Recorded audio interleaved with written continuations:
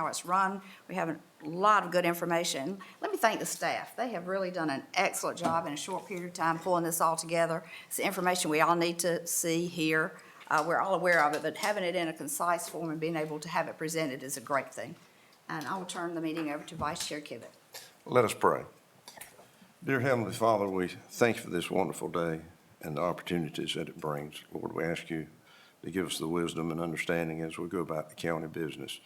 In Christ's name we pray, amen. Amen. Please stand and join me in the pledge. I pledge allegiance to the flag of the United States of America and to the republic for which it stands, one nation, under God, indivisible, with liberty and justice for all. Thank you. Thank you, Vice Chair. This morning, our workshop is going to be entitled Employee Compensation, a Clarifying Perspective on Budgetary Matters.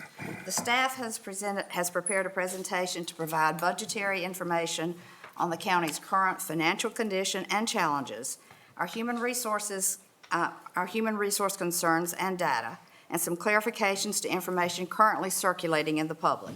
Staff members will report as follows, and I will start with Ed Causey, our county manager.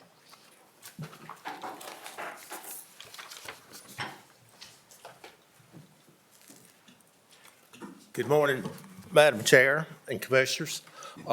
Look forward to the next several hours. We have a lot of information to discuss, and I would like to share, as far as the audience is concerned, anything that we have prepared today will be available for everyone after the meeting. I think it's going to be uploaded to the webpage. If somebody makes a specific request, we can email it to them. And from the standpoint of our department heads, I think this is the beginning of the budget process for next year. If they will go back and familiarize themselves with all of this information and ask questions, we'll be step ahead as we get ready for the next budget.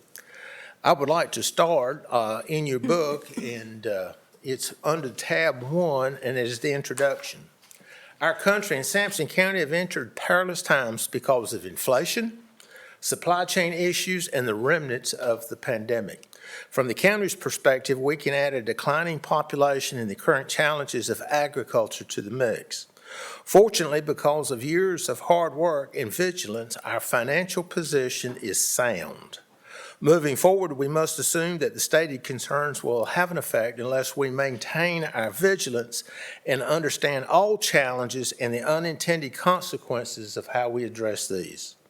The purpose of this workshop is to provide budgetary information regarding the county's current financial conditions and challenges, human resource concerns with supporting information, and clarifications regarding the Sheriff's Department challenges and budget. Clearly, the recently expressed concerns regarding the salaries of the deputies have brought our many challenges to the forefront. Several points must be emphasized as we move forward with this discussion. Number one, there is no information herein that is intended as a recommendation. We want to provide the Board of Commissioners with accurate information and allow you to digest same before providing staff with the parameters for recommending solutions, if any. Number two, everyone supports law enforcement and will share relevant information that demonstrates that support exists and has existed for years. We acknowledge that there are several challenges that need full understanding of the BOC before solutions can be recommended. Three, we appreciate the passion and commitment of all departments regarding their particular needs. Likewise, it would be most helpful if everyone understands there are multiple perspectives regarding the many challenges facing our county. Department heads are focused on the needs of their departments, as they should be. County administration and the commissioners should be focused on the overall needs of the entire county as they consider the specific needs of any specific area. This perspective should include both short-term consequences as well as the long-term needs of the county. In solving a particular problem, our first goal is not to exacerbate the overall challenges facing the entire county. And with that, I think, Mr. Clack is going to come up and talk about budgetary.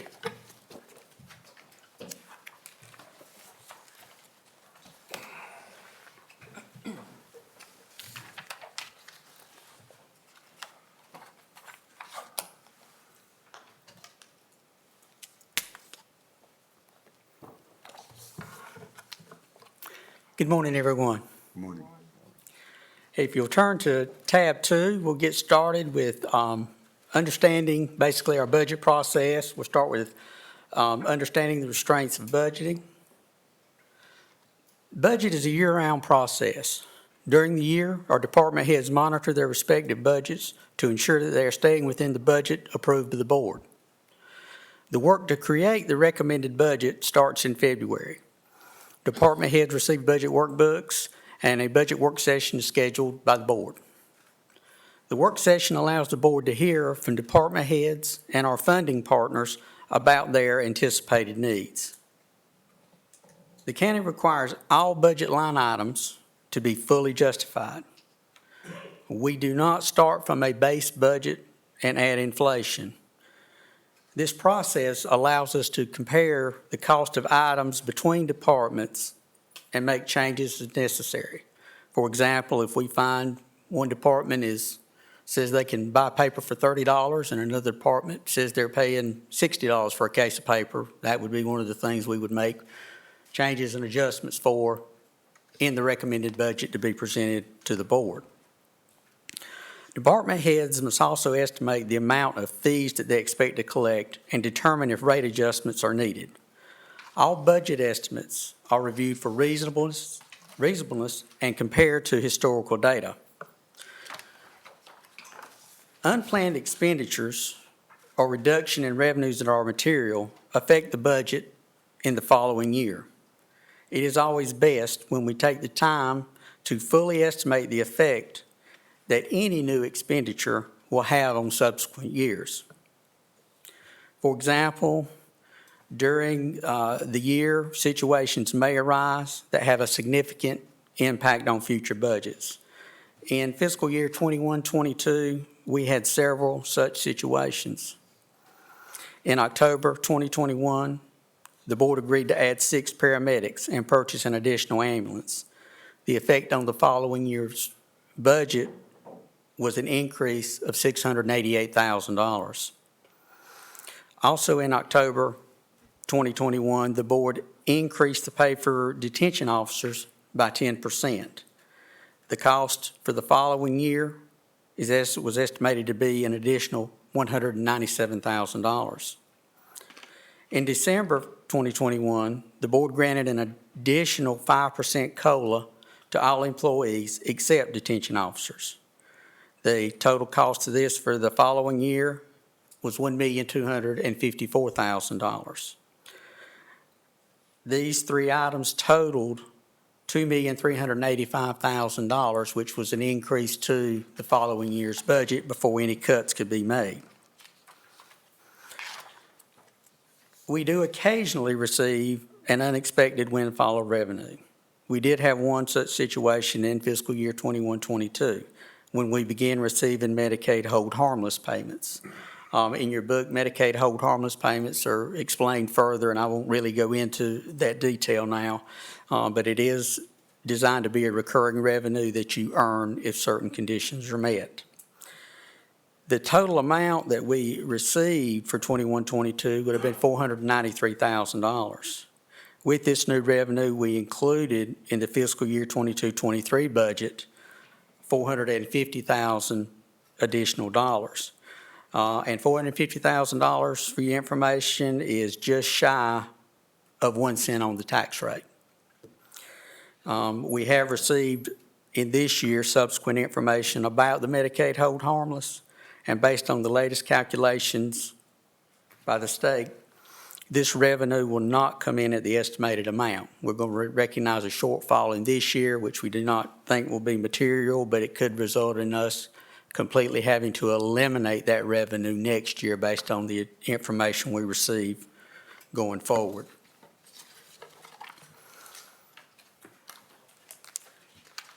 We do include our typical budget schedule here. Basically, it takes around 5 months to develop the recommended budgets presented to the board. The board then takes the time it needs to schedule their public hearing and schedule their work sessions to actually approve the budget, make any changes. We run changes through, then the board approves the budget. We've been fortunate to have our budget approved mid to late June of each year. And that's after having our public hearing at the meeting in June, at the board's regular meeting in June. The county has only a few material revenues that they can affect solely with board action. Property tax and sales tax are the county's largest revenue sources. The amount of property tax that the county collects is based on the rate set by the board each year. So I always look at it as of June 30, the county's tax rate goes to zero. So each July 1st, you have to set the rate. That's much different from if you think about income taxes. Those rates are set. You file a tax return each year. There's no action that anybody else has to take to set that rate, and it's solely dependent on earnings and things like that. Property taxes are different. The rate has to be set before any taxes can be billed or any revenue can be recognized. The amount of sales tax that the county collects is, of course, based on sales. The sales tax rate can't be changed without passage of a statute by the state legislature. Usually, after the state allows an increase to the rate, we are usually required to have a local referendum. So the state says that the rate can go up, the county rate can go up by 0.5% or 1%. Usually included in that statute will be certain requirements that the board has to meet in order to raise that rate. The last few times they've allowed a rate increase, it has always come with the requirement that we allow the citizens to vote. Basically, it's almost like an advisory referendum. They vote and they tell you you can increase it. The board still gets a choice of whether they increase it or not. So the county also charges fees for various services.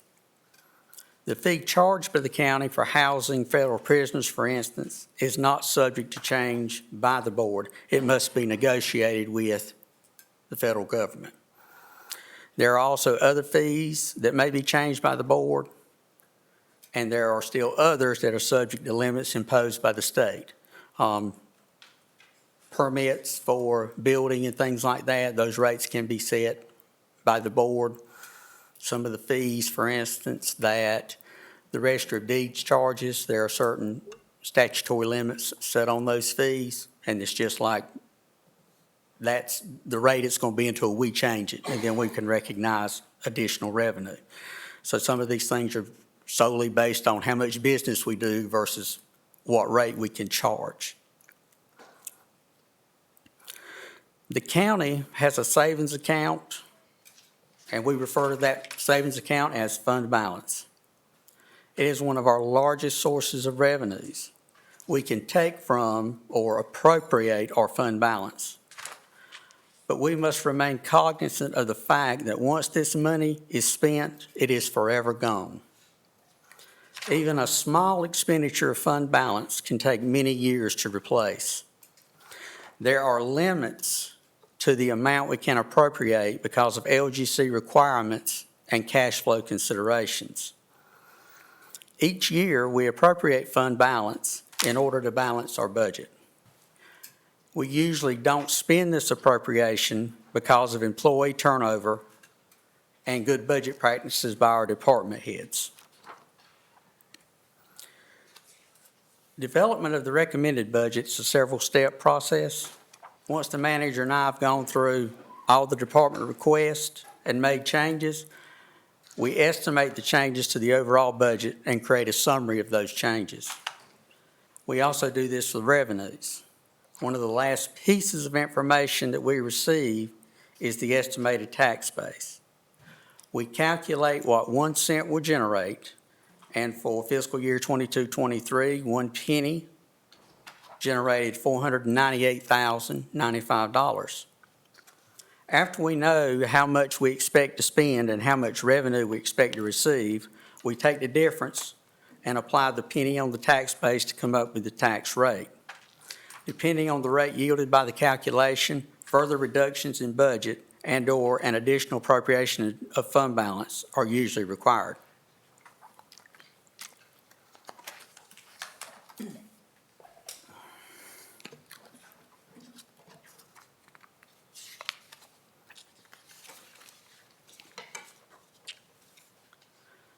Fund balance is essentially the accumulation of revenues minus expenditures. Same way with a person's savings account. If they spend less than they make, they've saved the rest or invested it in something. Our fund balance is really nothing more than that. In our annual audit report, it is broken down in the following ways. We have non-spendable, which are amounts in inventories and long-term receivables. We have restricted fund balance. That's the amount in grants, debt restrictions, stabilization by state statute, and legislation. We have a committed fund balance. Committed fund balances come as a result of actions by the board. In our case, our committed fund balance is our reserve for building repairs, major building repairs. We have an assigned fund balance. That amount is the amount that has been designated to be spent in a subsequent year. That is what is fund balance appropriated. The remaining amount is unassigned fund balance. We have a fund balance principally because it provides cash flow for operations while we wait for tax receipts. It allows us to pay for an emergency, such as a hurricane or things like that, that we need to put money out for, but of course has not been budgeted for. It also protects the county's credit rating, allowing for lower interest rates. Also, a healthy fund balance is recommended by the Local Government Commission. The Local Government Commission reviews our fund balance annually. They require us to have at least 8% of available fund balance and recommend that we maintain a fund balance that is consistent with our peers that provide similar services. Each year, they publish a memo that compares all the county fund balances and groups all counties by population. We are grouped with 24 other counties. In the latest information published, the average available fund balance for our peer group was $30,804,633. This amount represented an average of 39% of general fund expenditures. Sampson County's available fund balance was $25,750,829, or 34% of our general fund expenditures. That analysis showed we were below what the LGC would ideally recommend we have. Their recommendation is designed for you to be able to meet your cash flow needs, provide for those emergencies, and have a fund balance so that if you borrow money and have to go out to the public market and sell bonds, you will receive a better credit rating, and of course, and that will result in a lower interest rate. When the county sought to refinance several outstanding bonds and loans, one of the key considerations was the fact that the county had a healthy fund balance and was adding to their fund balance. When we approached the LGC, the Local Government Commission staff, to seek approval for refinancing, they initially told us that their policy would not allow us to refinance the USDA loans because the repayment time remaining on the loans exceeded 20 years. At the time, we had 30 years remaining on most of the loans. The county, in any event, requested to go before the Local Government Commission to plead our case. At that time, I went, the county manager went, and the chairman of the board at the time, Clark Wooten, went. Due to our financial condition, or our diligence in setting aside funds to maintain our assets, and the changes made to post-employment benefits to rein in costs, the Local Government Commission approved our refinancing. The agencies that rated our bonds also took these items into consideration. We received a better rating as a result and got lower interest rates. The actual bonds that we sold to do this refinancing were oversubscribed, is what they call it. It means more people wanted to buy the bonds than we had bonds to sell. And it was really over $100 million more in subscriptions. All of that helped us with lower interest rates subsequently because the demand was out there for those bonds. The refinancing saved the county millions of dollars over the remaining repayment period of the bonds and loans.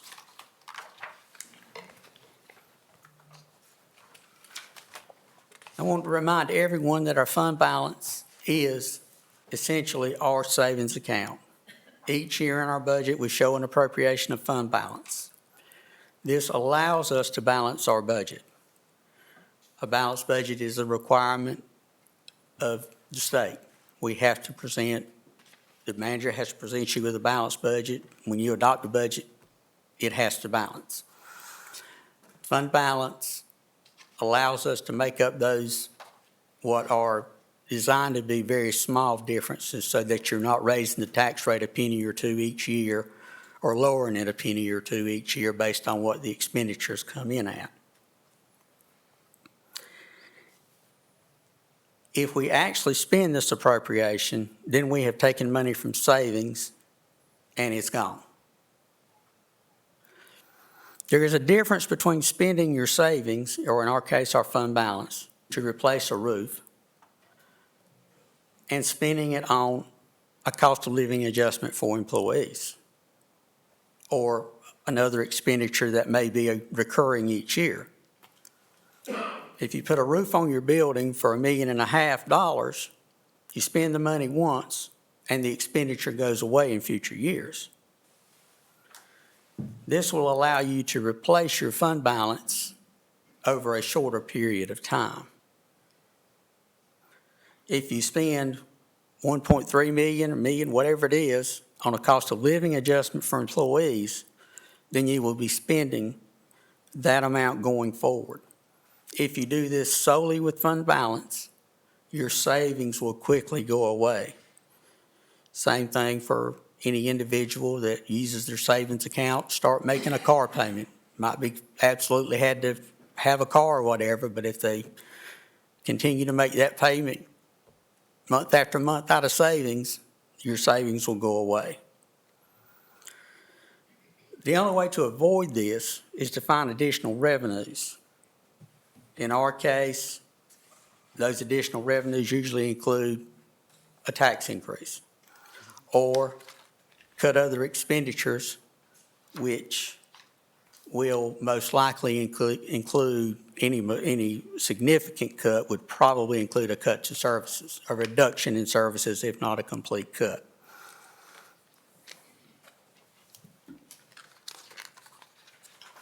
Talking about capital reserves, capital reserve amounts in the general fund, the county is responsible for all maintenance and renovations to our buildings.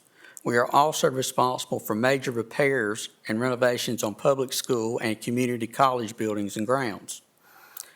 Several years ago, the estimated value of all of these assets was over $550 million.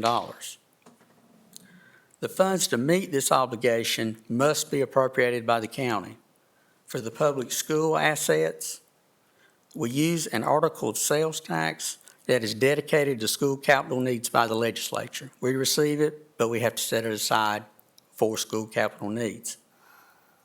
In the current year, that amount is $1,324,000, and it is split between the school systems based on the number of students in each system. Funds for the community college come directly from an appropriation of county funds.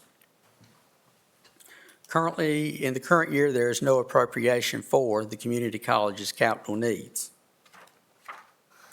The county's public buildings budget, which includes the personnel to run the department, do minor repairs on the buildings, contract out the repairs they need, is $2,023,993.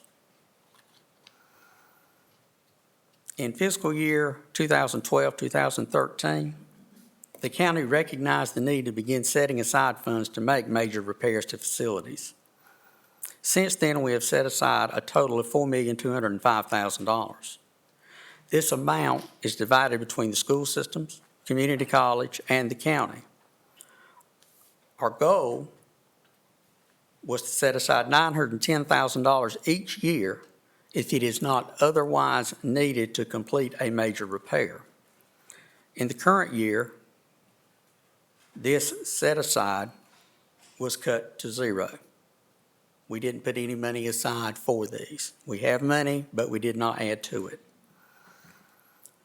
These funds, it will be difficult to replace the money that we did not contribute this year. So we're $910,000 behind. It will also be a challenge if we have a major repair and need to pull money from our reserves. A new roof or other major repair will quickly deplete our reserves. I think the city schools recently gave us an estimate to replace a roof that they're trying to get grant dollars to replace. That estimate to replace the roof, I believe, on Butler Avenue is around $2.4 million. That would more than deplete the money we've set aside for city schools in the general fund. So you can see none of these major repairs don't come cheap. A new roof or other major repair will quickly deplete our reserves. A 2013 report on the condition of county buildings showed deferred maintenance totaling $1.7 million. Some of this has been completed, while inflation has increased the cost for the remaining items. This amount is for county buildings only. The school systems and community college also have deferred maintenance items.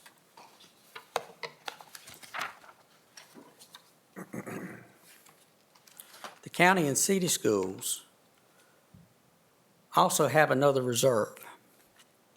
60% of an additional article of sales tax is dedicated to school capital needs. For the past several years, this money has gone to pay the debt on the construction of the school buildings. The debt for the construction of school buildings is going to be with us until 2048. So for the foreseeable future, those revenues are tied up. Any of the articles of sales tax previously mentioned as collected over the amount budgeted remains in the school reserve account. This reserve account is not part of the general fund. It's accounted for separately in the audit report. This fund currently has approximately $3.4 million to assist with major repairs.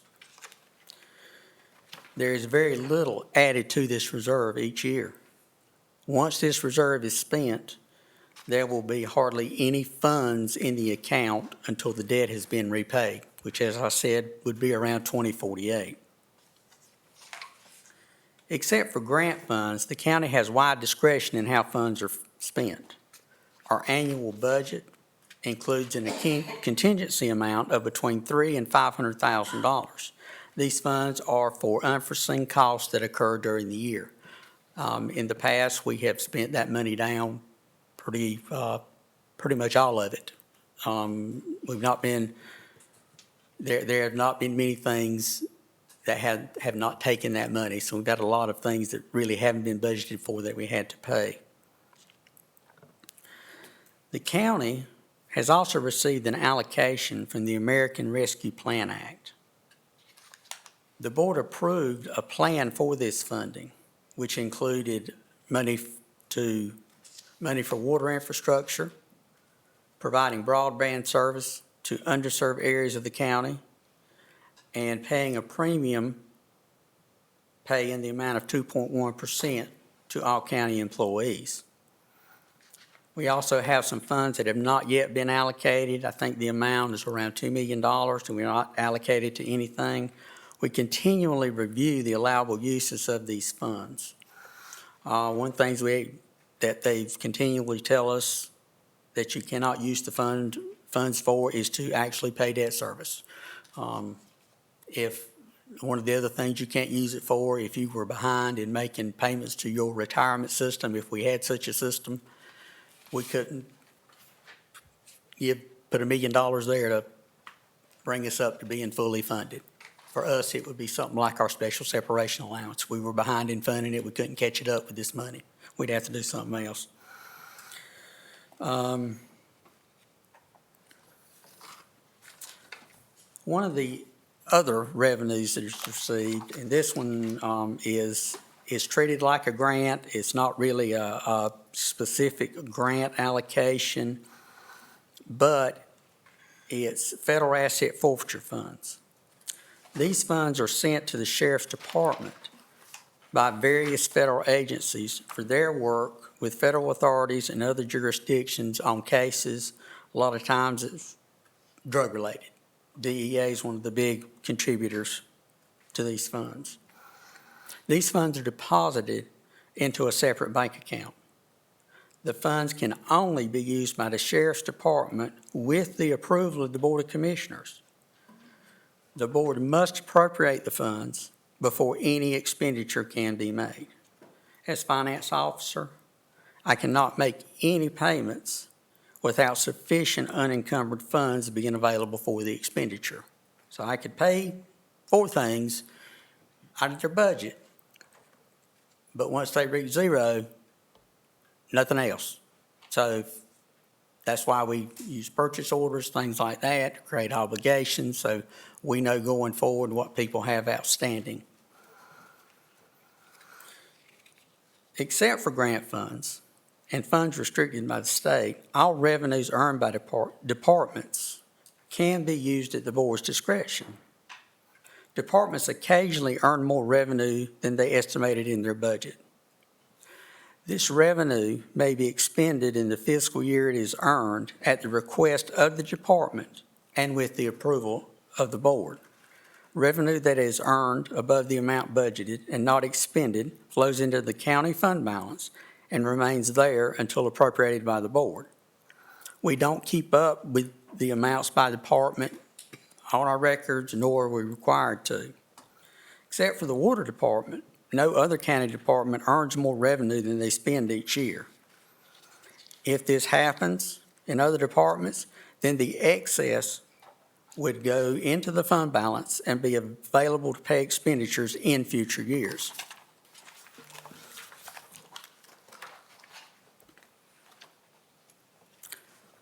For the past several years, we have heard about Medicaid expansion. We keep hearing about it now. There's talk about it one way or the other. It's going to pass, it's not going to pass, there's support or no support. North Carolina has not passed Medicaid expansion. Medicaid expansion is designed to make more people eligible for Medicaid. When more people are eligible for Medicaid, the county is required to have enough income maintenance caseworkers on staff to evaluate the applications and certify or recertify eligibility on an ongoing basis. As with most of their programs, there are strict time limits to certify and recertify applications. If we fail to meet the deadlines, we will incur financial penalties. These penalties are payable from county funds, 100%. Nobody's going to help us with them, not like other expenditures social services may make where we might pay half of it. We have to pay all of this. If Medicaid expansion is approved, the county may need to find more caseworkers. Right now, for Medicaid, we pay approximately 25% of the cost of each caseworker we employ. This is subject to change.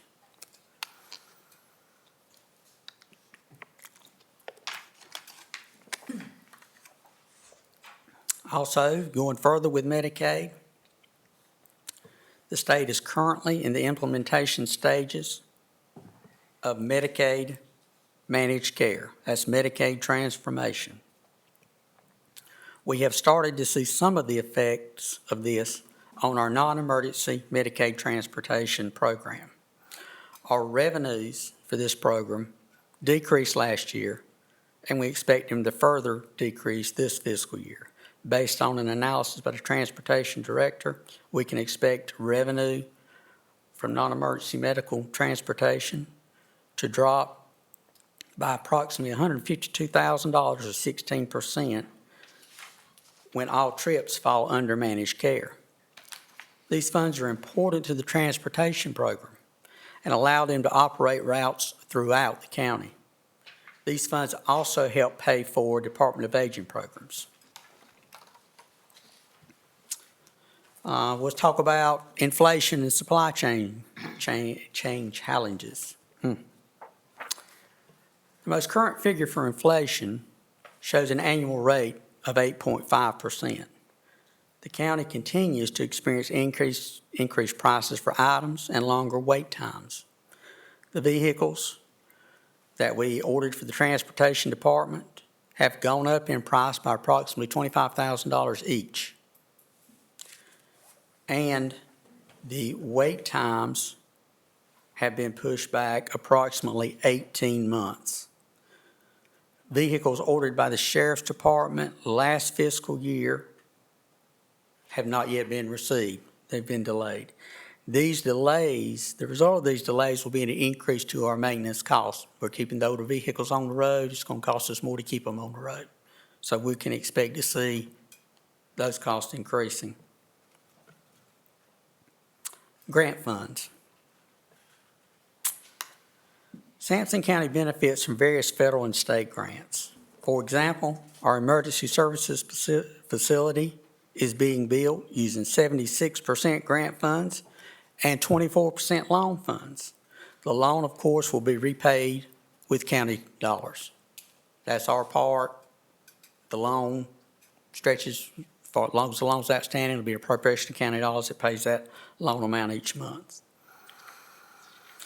The county has budgeted to spend approximately $127,000 for employee training and conferences and approximately $249,000 for travel. Training and travel for social services personnel, for example, is partially paid for with grant funds. So depending on the program, maybe half of it would be paid for. Training and travel for transportation department personnel, though, is covered by grants and fees for services.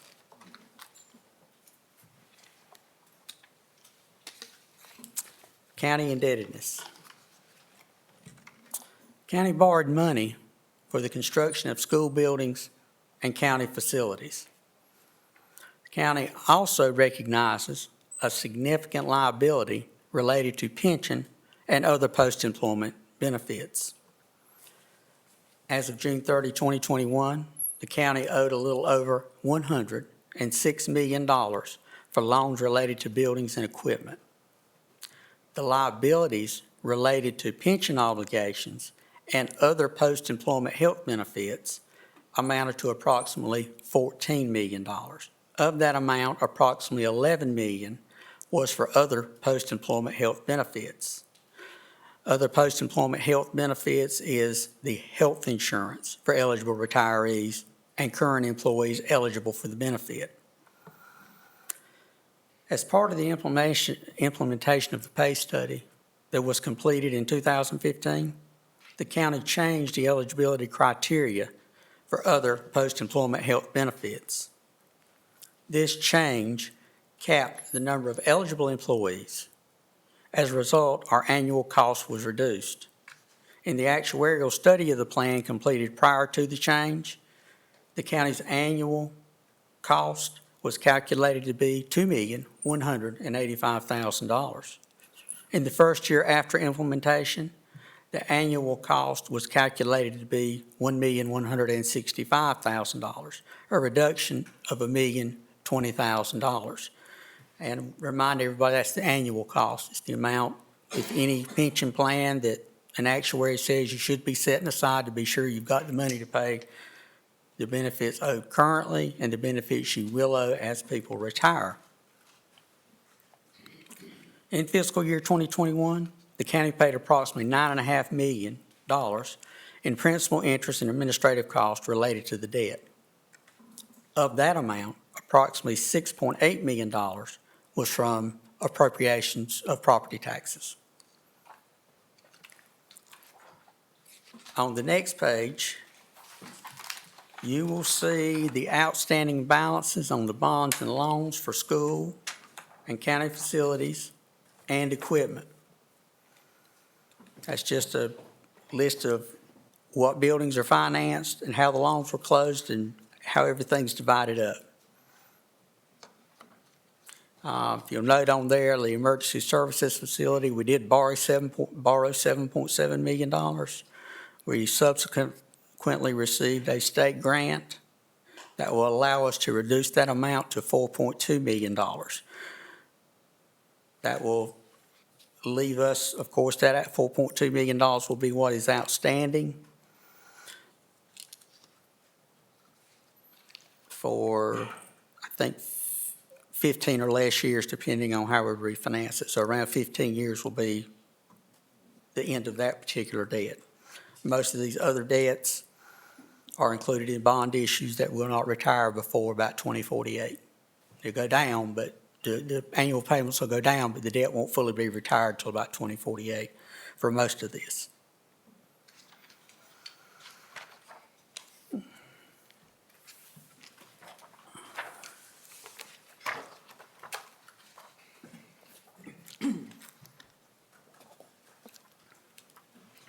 Redefining government. In the budget message, the manager talked about redefining government. From his budget message,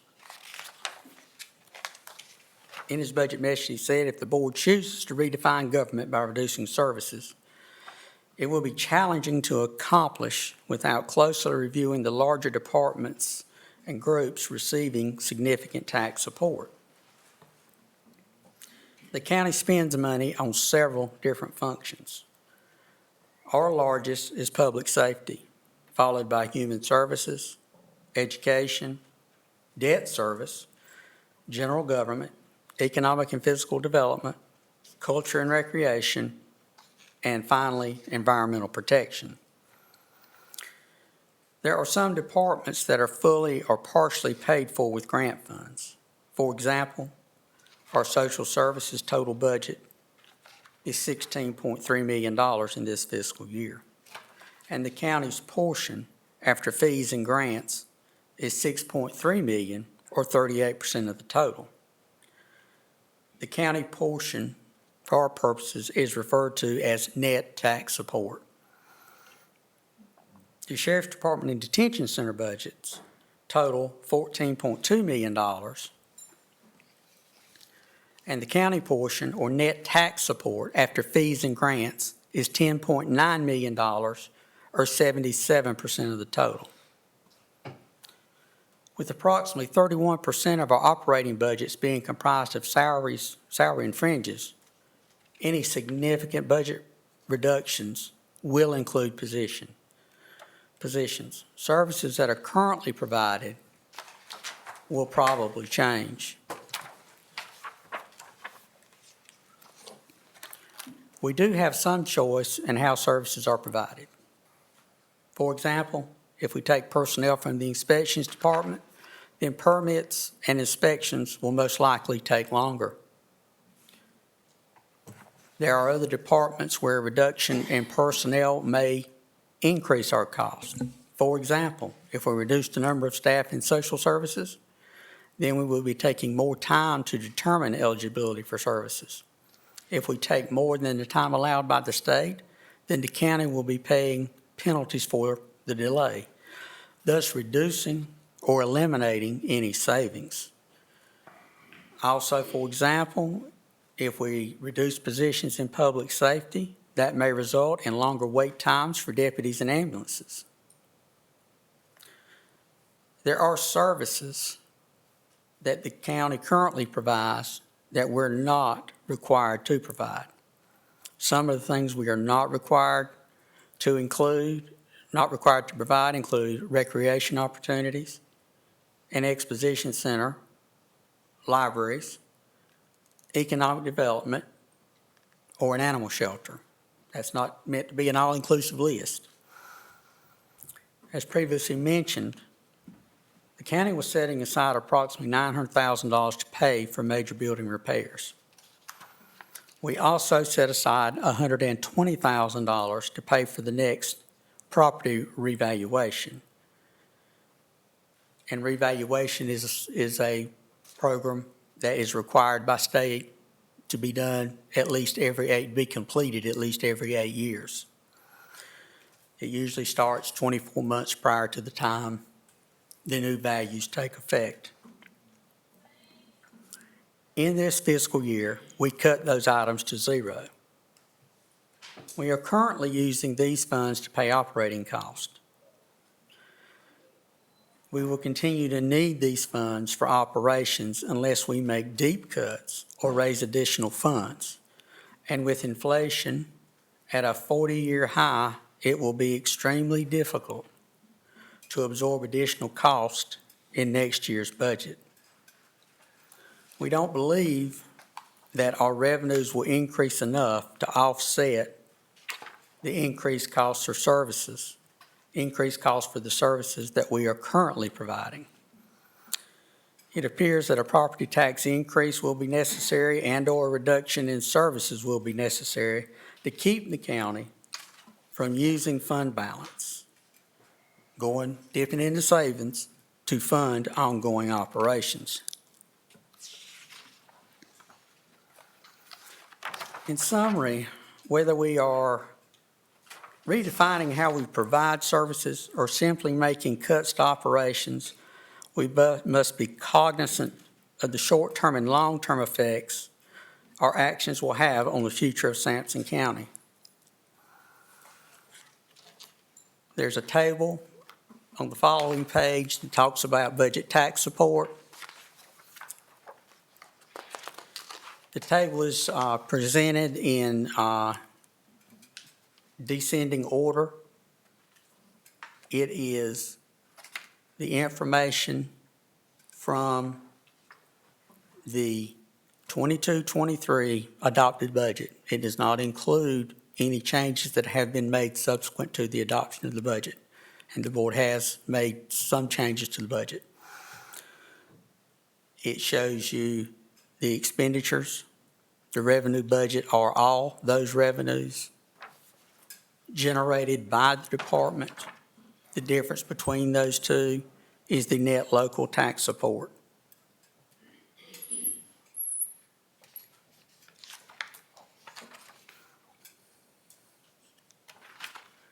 If you looked at the inspections and planning department, the revenues there are actually just permit fees that are estimated to be collected by the department during the year.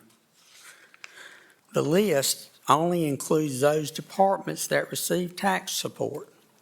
For example, our transportation department does not receive any local tax support, and our juvenile justice programs are paid for with grant funds. The final section of my presentation talks about frequently asked questions. If there's anything anybody else wants me to go over or anything they want me to talk about further or any questions, I should have told you to interrupt me in the middle, but I didn't do that. So I'll take them now if anybody wants any other information. I have one. If we were to apply and get the sales tax, would it be designated or could we use it at our discretion? That is for at least the last couple of sales taxes, the state has designated what you could use it for. It is possible to get a sales tax that is free for you to use, like for general county operations and things like that. There is actually a quarter-cent sales tax that is a county sales tax that we have not adopted. That sales tax can only be used to help fund the transportation program, and we don't have the kind of transportation program that would actually need a sales tax like that. It's more geared toward the big, larger urban areas that run buses throughout and things like that, but we don't have that. But it really depends on what the legislature says, and they've taken to designating it more than they have saying, here's an extra, if you can have a vote, get it passed, and y'all adopt it, here's an extra penny or whatever it is. If we ask the legislature to do a referendum, are they leaning to allow us to do that, or is that a no-no, so to speak? That, my experience has been that there's not been any real push to increase the sales tax rates for Sampson County in at least the last couple of legislative sessions. Now, the referendum, of course, is going to take place at a local level after they give us authorization. Yeah, take time. The other question I got on the ARPA, did we check with the state association on the being allowed to use it for debt service such as the? We have, I mean, what we have seen as far as the requirements were very clear. I mean, we can check with the association and see if there may be an exception we don't know about. That's why I say we're continually looking into it to see if there's any other uses that we've. Check with them if you would. Amy is in charge of Okay. that. Yeah, we have done that, and we've not received a response. Is that right? That's right. I'll make a call. Commissioners, do you have questions or comments? I do. Can you impose a sales tax at any time, or do you have to wait until the fiscal year? No, you cannot. We cannot impose a sales tax unless the legislature tells us we can do it. Once we have the referendum, the board would have to impose it. Usually it's, the Department of Revenue requires several months before they can make sure everybody knows about it so they can change their forms, and then the people know what they need to pay in. Also, depending on when you get it passed by the legislature, when you hold your referendum, then it's going to be at least 3 to 6 months before you actually start collecting a sales tax before it's imposed. But you would be able to impose it anytime after the state's approved it and you've had your local advisory referendum regarding it. Now, you did state about the 0.25%, that would only be used for transportation, you said? Yes, sir.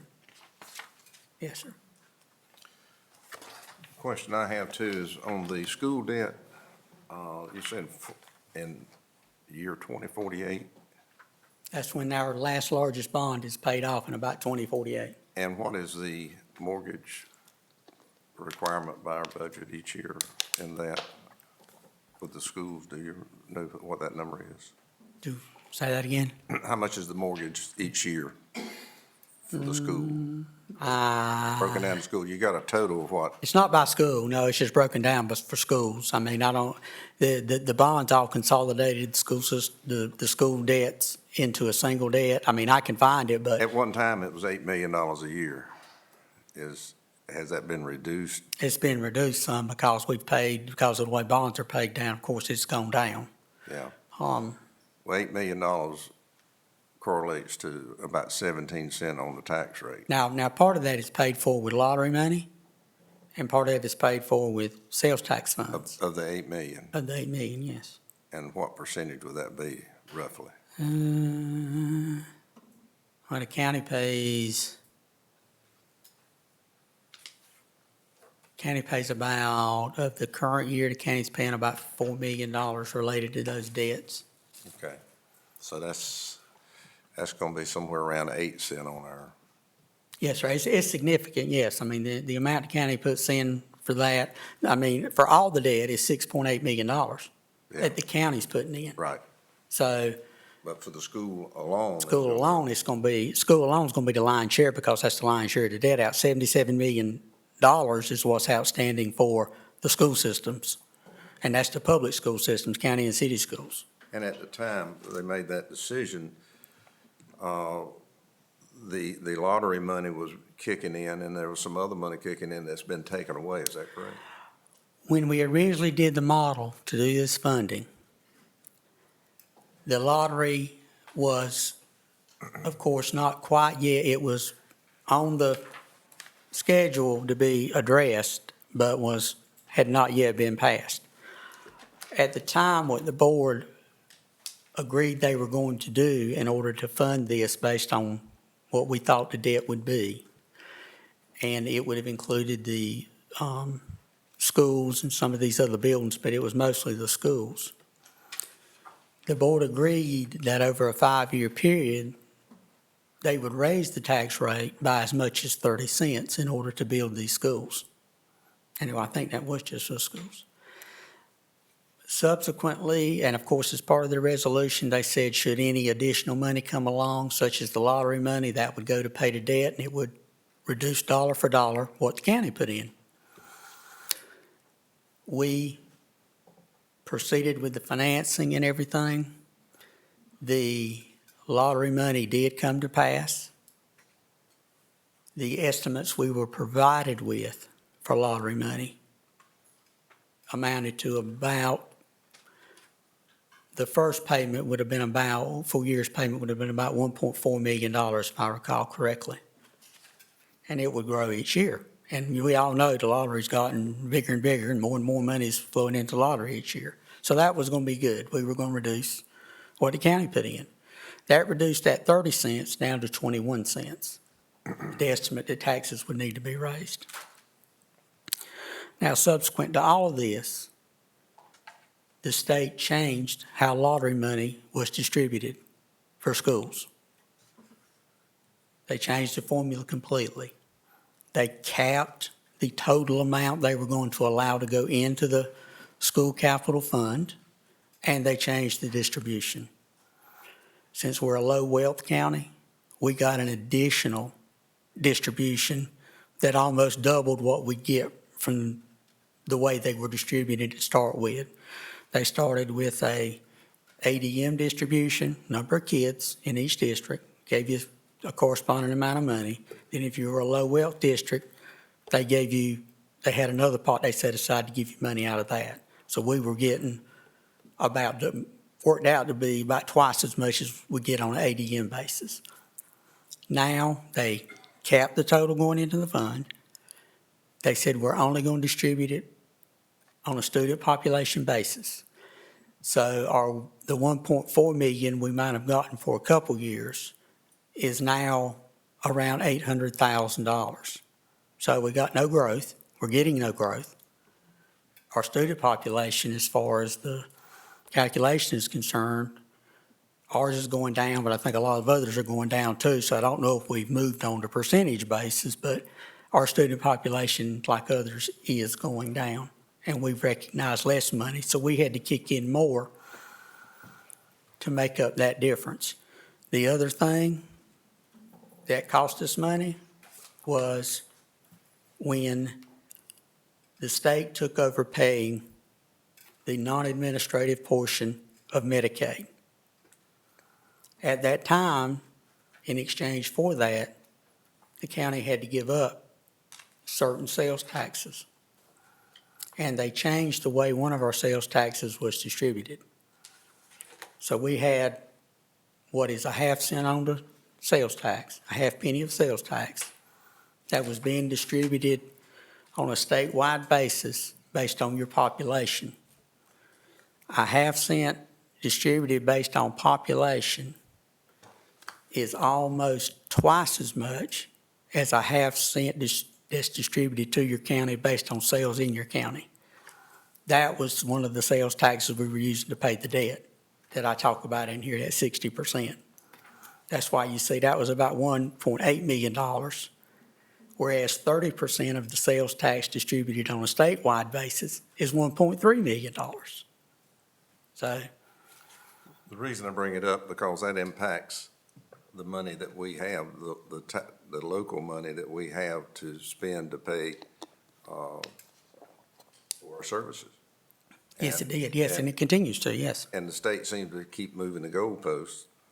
And so, we're we're not getting the money that we were expecting, and so now we're having to pay more. And so that inhibits what we can do or limits what avenues we have to do different things. That's right, because debt is one of those things that comes straight off the top.